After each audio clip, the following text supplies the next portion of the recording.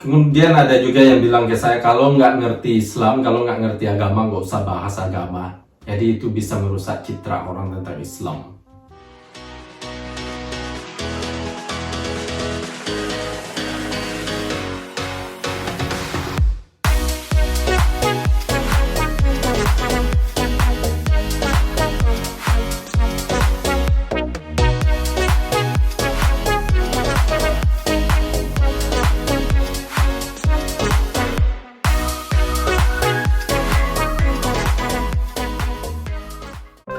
Apa kabar? Halo semuanya. Itu channel sebelah, guys. Ya. Oke, assalamualaikum warahmatullahi wabarakatuh. Halo semuanya, kembali lagi bersama Satria Ponde. Kali ini saya mau menjawab pertanyaan dari para penonton yang awalnya karena ada sesuatu yang ternyata timbul, habis itu hilang. Itu si Hari. Di banyak pertanyaan, Hari kemana? Terus saya juga membahas tentang apakah saya pernah bertengkar sama Triple Mix atau satu sama lain. Pernah, guys. Semalam kita tonjok-tonjokkan terus sampai kita bunuh-bunuhan. Tapi kita hidup lagi, guys. Anyway, saya akan cerita tentang itu. Kemudian tujuan saya, kenapa saya membahas tentang agama yang sensitif, topik-topik sensitif. Kok berani banget membahasnya ya? Kok nggak bertengkar, kok nggak tonjok-tonjokkan, kok nggak saling mencaci, saling menghina. Apa rahasianya? Atau bagaimana caranya? Anyway, mungkin kita bertengkar. So, ini adalah konfirmasinya. Jadi kita agak sedikit relax konten kali ini. Ya, berbagi salah satu pengalaman mungkin di sini. Ini semua saya tidak mengeneral ya. Seandainya ada nanti pendapat saya itu sebagian, tidak semuanya. Jadi jangan sampai salah arti. So, bagi kalian yang baru gabung dengan Satria Ponde, mungkin belum kenal bagaimana saya dengan teman saya, mungkin rasa, oh ini anak bakal menjelekkan Indonesia, ini kok bercandanya seperti itu, gimana sih? Kamu jangan gitulah, maluin orang Indonesia. Guys, saya Daniel sama si Del itu udah kayak teman biasa. Sama kayak kalian kalau punya teman akrab, teman sahabat, pasti bercandanya malah lebih dari kelewatan, cuman ada batasan, yaitu masalah pribadi kita nggak campur baurkan. Tapi kalau masalah etika, masalah itu ya bagi penonton lama sudah tahu lah ya bagaimana kita satu sama lain bercandaannya. So, tidak ada sangkut pautnya mereka akan memandang Indonesia karena saya bersifat mungkin kentut, mungkin mikir orang Indonesia semuanya kentut. Enggak sama sekali. Kecuali kalau saya bertemu dengan orang baru terus saya melakukan hal itu bisa jadi. Tapi kalau mereka udah kenal saya, no, itu nggak berlaku. Atau si Del ngomong begini atau bercandanya begini terus saya mikir orang Irlandia seperti itu, nggak sama sekali. Karena antara beda situasi, beda suasana, beda pertemanan, guys. So, insya Allah dengan sering nonton vlog kami, kalian akan mengerti siapa kami. So, anyway, saya tidak pernah berniat untuk menjelekkan Indonesia atau merepresentasikan Indonesia atau di mana saya berasal, agar orang-orang saya lumayan takut juga sih mikir seandainya orang nanti berpikiran, oh ternyata orang ini seperti ini. No, it's not like that.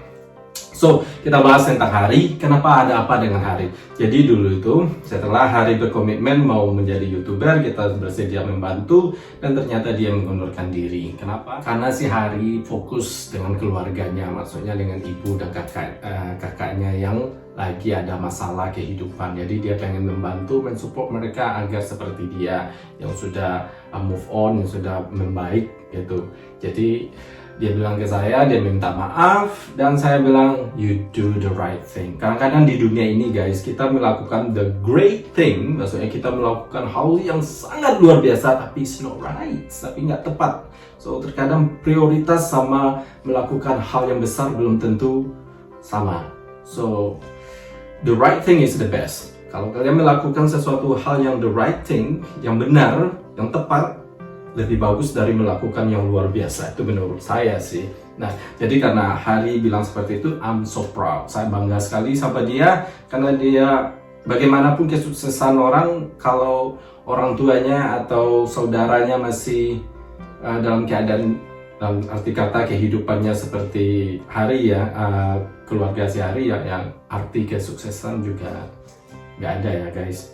Seperti ibunya lagi di karantina ya kan, maksudnya lagi rehab. Jadi So, saya yakin kalau Ari nanti kembali lagi jadi YouTuber, kita sangat bersedia menerimanya. Dan saya bilang sebagai perwakilan penonton Satria Ponde, Triple Mix, kami semua mendukung, baik itu penonton di Indonesia, baik penonton saya di Malaysia atau dimanapun mereka juga mensupport Hari yang terbaik. Saya bilang ke Hari seperti itu, dan dia sangat overwhelming sekali berterima kasih atas support kalian yang sangat-sangat besar, yang luar biasa, yang dia tidak pernah mimpi akan mendapatkan support dari orang yang dia tidak kenal.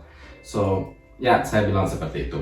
Anyway, ya itulah. Kadang guys, di sini kita mungkin memikir kalau kita di Indonesia gini, yang saya tahu ya, kadang ada teman di saat susah, dia nggak ada sama kita. Di saat senang maunya bersenang-senang. Di sini nggak berlaku hal-hal seperti itu guys. Di sini malah di saat mereka susah, mereka malah nggak mau minta bantuan sama temannya atau sama keluarganya malahan. Saya nggak bilang itu bagus ya, karena bantuan seperti saya misalnya, seandainya Daniel kesusahan dia nggak minta bantu sama saya merasa sedih juga. Tapi di sini kebanyakan mereka nggak mau mengasih beban persoalan mereka ke temannya, ke keluarganya. Ini isu loh, ini bukan suatu hal yang bagus juga. Dari segi mengatasi masalah kurang tepat sih kalau menurut saya, karena banyak dari mereka yang malah bunuh diri kalau mereka dalam bermasalah tapi nggak minta bantuan, dan mereka nggak mau membebankan orang. Nah, di sini juga tanya deh sama orang-orang yang udah pernah ke UK atau tinggal di UK, mereka kalau kita kasih bantuan seperti materi, nah itu walau semiskin apapun mereka ya, kita nggak bilang semuanya ya, sebagian malah kebanyakan dari mereka itu menolak dan merasa tersinggung. I'm not charity, itu kata mereka. Jadi di sini juga hati-hati juga kita membantu seseorang guys. Jangan ngasih uang terus mereka akan senang. Nggak, kebanyakan dari mereka merasa tersinggung. Jadi mereka mikir kita merendahkan mereka mikir kalau mereka itu lemah. Di situ tanya deh sama orang-orang di sini.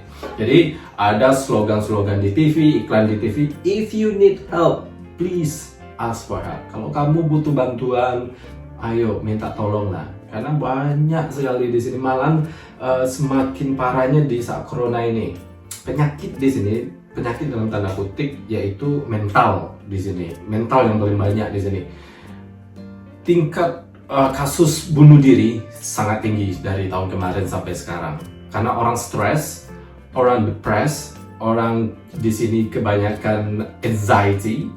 Jadi mereka memilih untuk bunuh diri daripada berkonsultasi sama orang, karena sulit bagi mereka kalau mereka itu mikir kalau mereka itu sakit. Mereka nggak mau menerima. Jadi walaupun mereka tahu sebenarnya itu loh. Ya, menyayangkan sekali sih kalau menurut saya, dan saya nggak tahu solusinya itu karena saya bukan psikolog. Jadi ya, apakah baik kita meminta bantuan atau kita pendam sendiri? Kalau menurut saya sih lebih baik minta bantuan. Cuman di Indonesia ada gini, kita minta bantuan tapi belum melakukan yang, bukan di Indonesia aja sih, di mana-mana. Sorry saya kalau saya bilang Indonesia, tapi kebanyakan ya orang itu minta bantuan tapi belum melakukannya, belum berusaha semaksimal mungkin. Tapi kalau udah berusaha semaksimal mungkin minta bantuan, why not?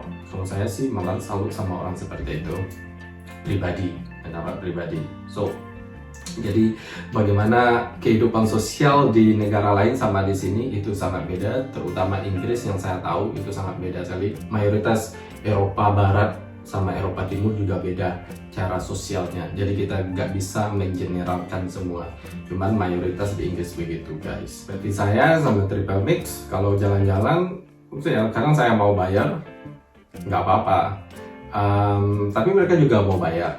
Jadi kalau mereka kayaknya unsur memanfaatkan itu agak jarang di sini, agak jarang.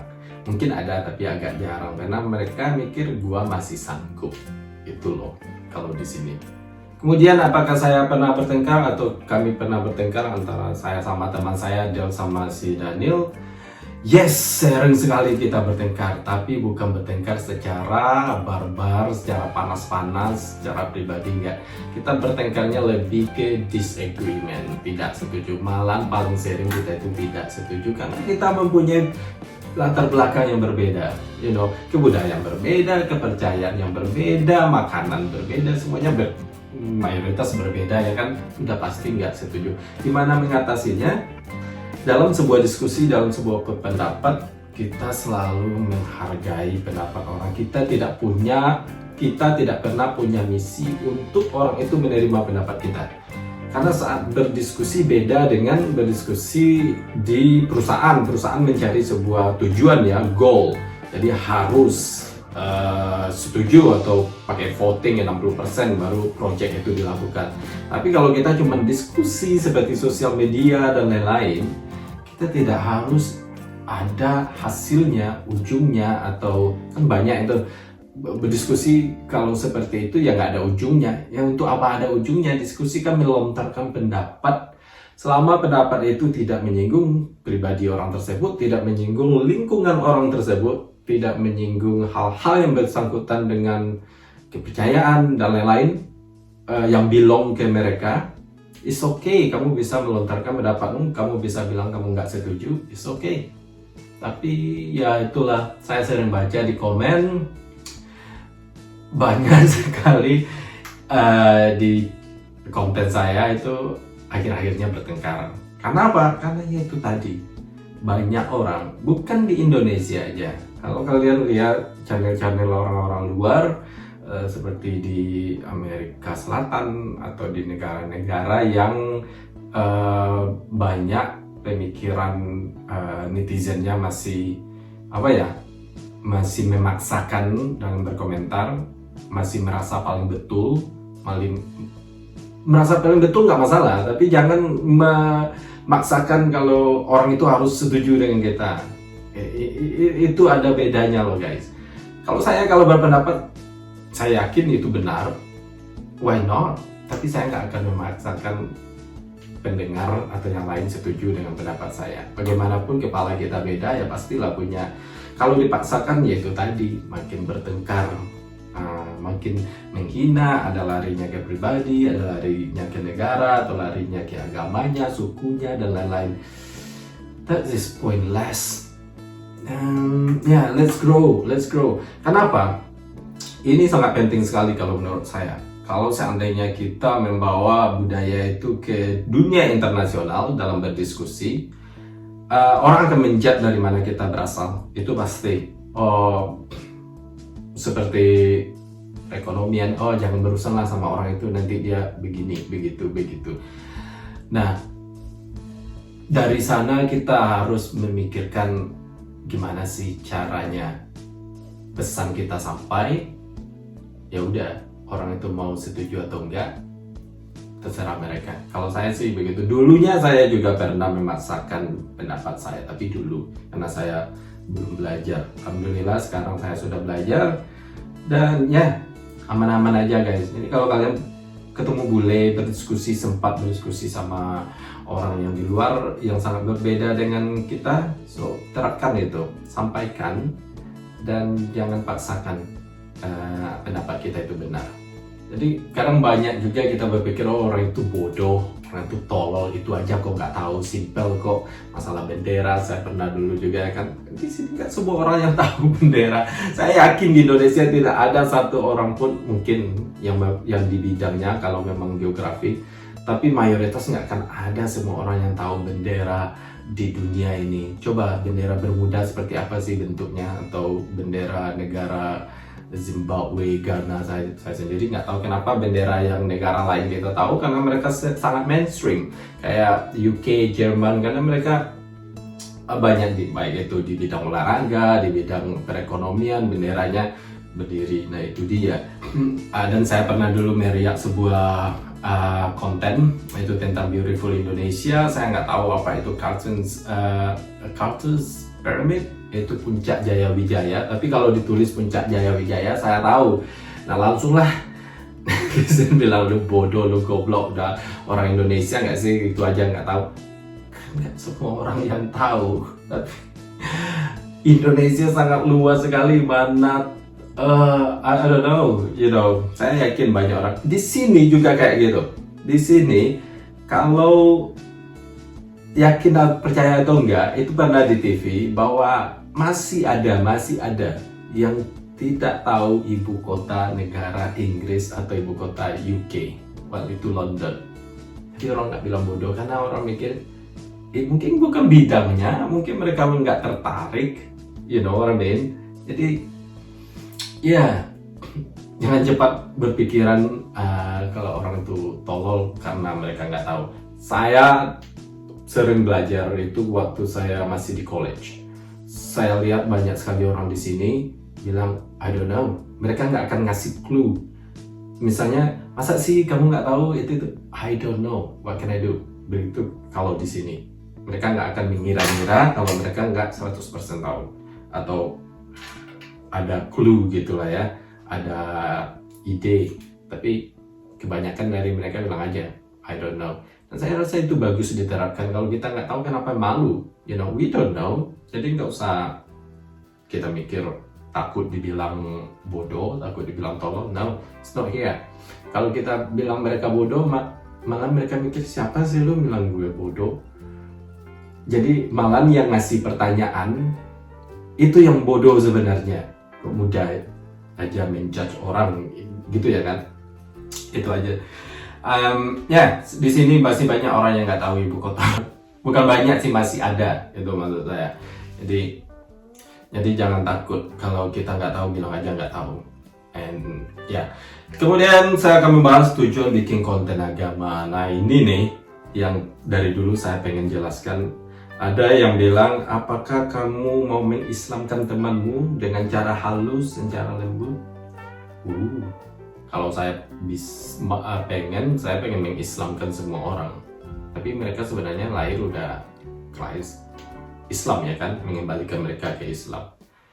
Bagaimana dengan hubungan sosial setelah itu? Bagaimana hubungan pertemanan, kekerabatan setelah itu? Kalau kita ingin mengislamkan orang semua, I really don't have a clue about that.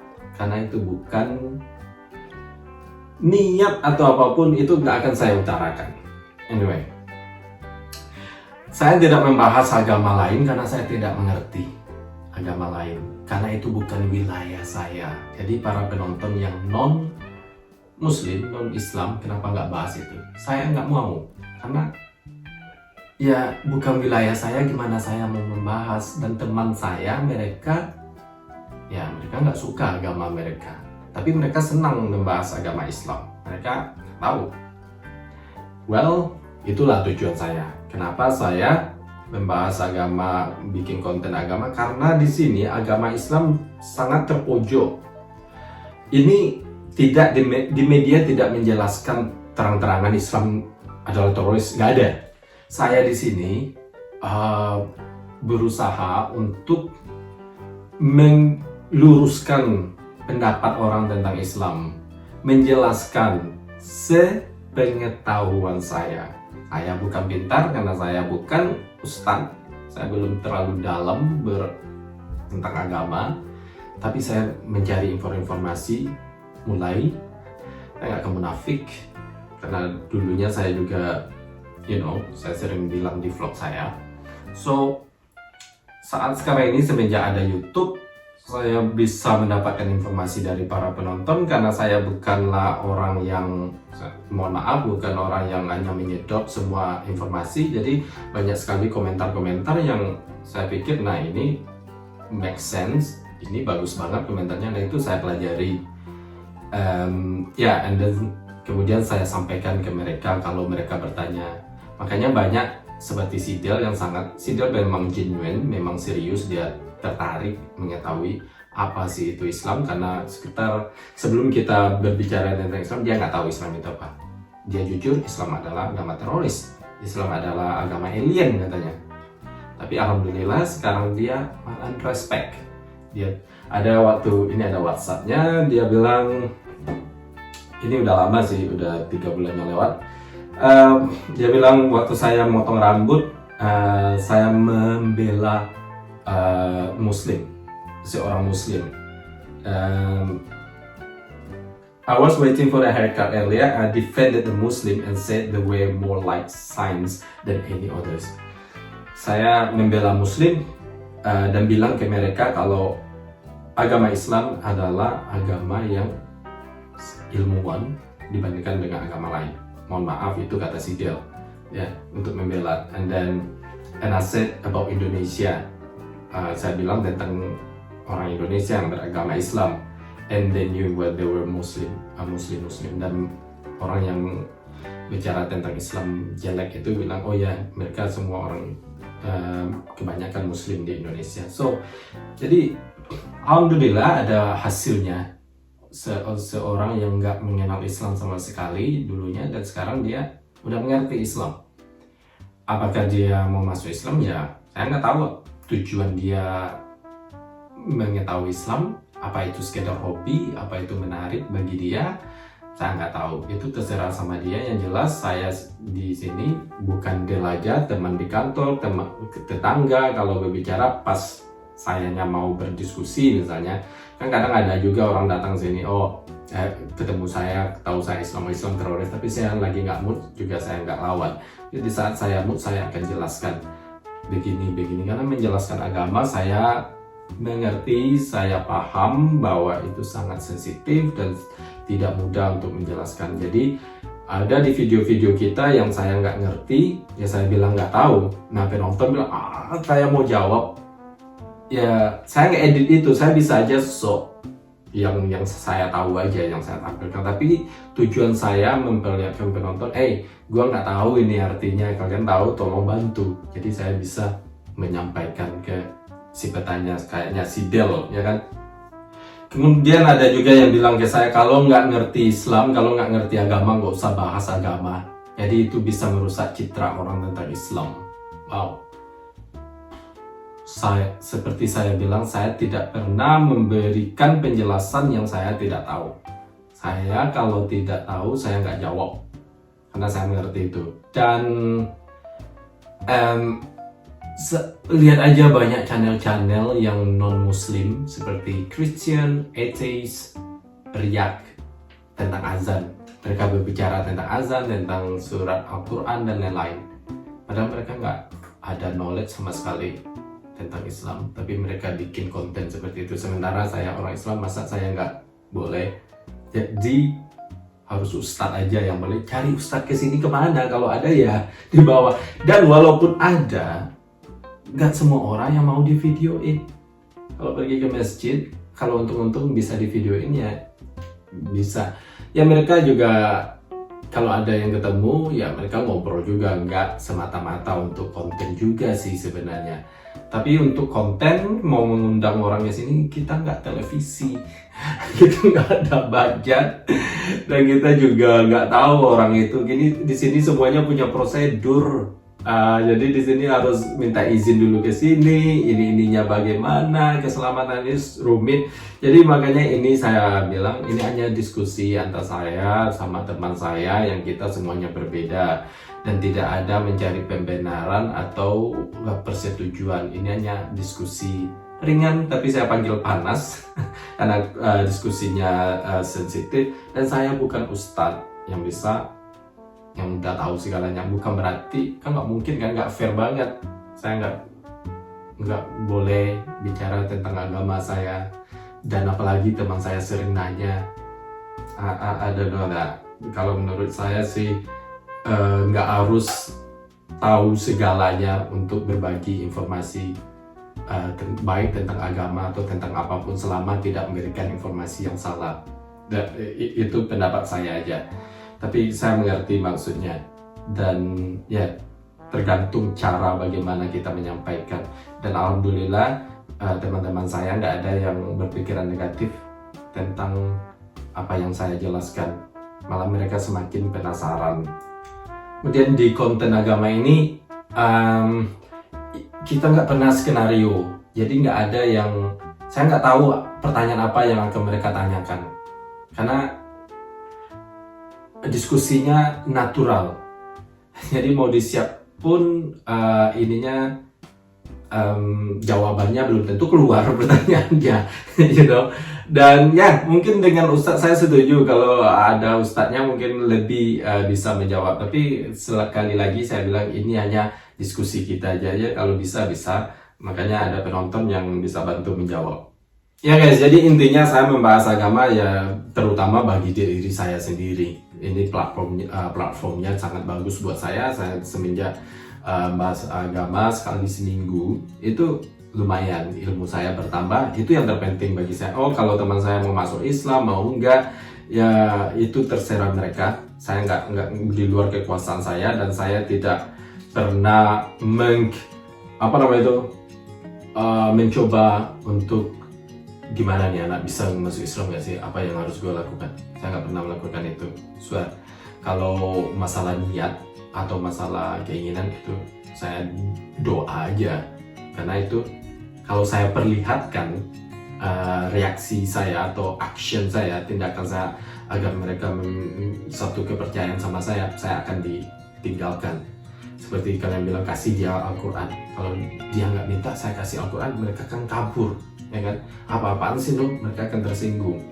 Terus makanya ya saya mencoba memposisikan diri saya kalau di posisi mereka. Kalau ada orang agama lain yang mencoba-coba untuk mereka bukan orang bodoh ya kan, saya bukan orang bodoh juga. Kalau mencoba-coba untuk mencuci otak saya untuk bergabung dengan agama mereka, kalau saya sudah mendeteksi, oh ini orang udah lain arahnya, ini udah kayak mau mengkristenkan saya atau menghindukan saya atau membudakan saya, apalah agamanya, dan saya akan tersinggung, akan kabur sama orangnya. Nah itu image, kalau kita melakukan itu akan image-nya makin parah ke agama kita guys. Jadi mudah-mudahan nanti bagi yang ketemu bule atau yang tertarik dengan Islam, mungkin itu agak dievaluasi dulu tindakan kita. Bisa-bisa kita yang punya niat baik memperkenalkan agama kita ke orang, malah orang makin menjauh karena mereka mikir kita akan mencuci otak mereka, dan agama kita malah semakin jelek di mata orang. Di sini pun banyak orang yang yang menghina Islam karena mereka nggak ngerti. Di sini tindakan kita lebih calm, lebih tidak melawan penghinaan itu, karena kalau kita lawan juga malah mencoreng. So jadi isu sensitif, topik sensitif, jangan takut untuk membahas, tapi harus tahu bagaimana caranya. Intinya jangan paksakan kehendak. Yakinlah kalau kita menyampaikan sesuatu, walaupun mereka bilang di depan kita nggak setuju, akan terpikir. Bagi mereka akan tetap terpikir. Misalnya kita bilang ini bla bla bla, kadang-kadang orang kan nggak mau terlihat salah, jadi mereka menentang, tidak setuju, mereka tetap push tetap mengutarakan pendapatnya. Tapi setelah itu biasanya akan tetap berbekas oleh pikiran mereka, karena kalau memang benar pendapat kita itu benar. Saya sering berdiskusi seperti itu, yang intinya saya menyampaikan pendapat, dan setuju nggak setuju itu kembali ke orangnya. Oke guys, itulah yang bisa saya sharing untuk vlog kali ini. Mudah-mudahan bermanfaat, dan ya, wassalamualaikum warahmatullahi wabarakatuh.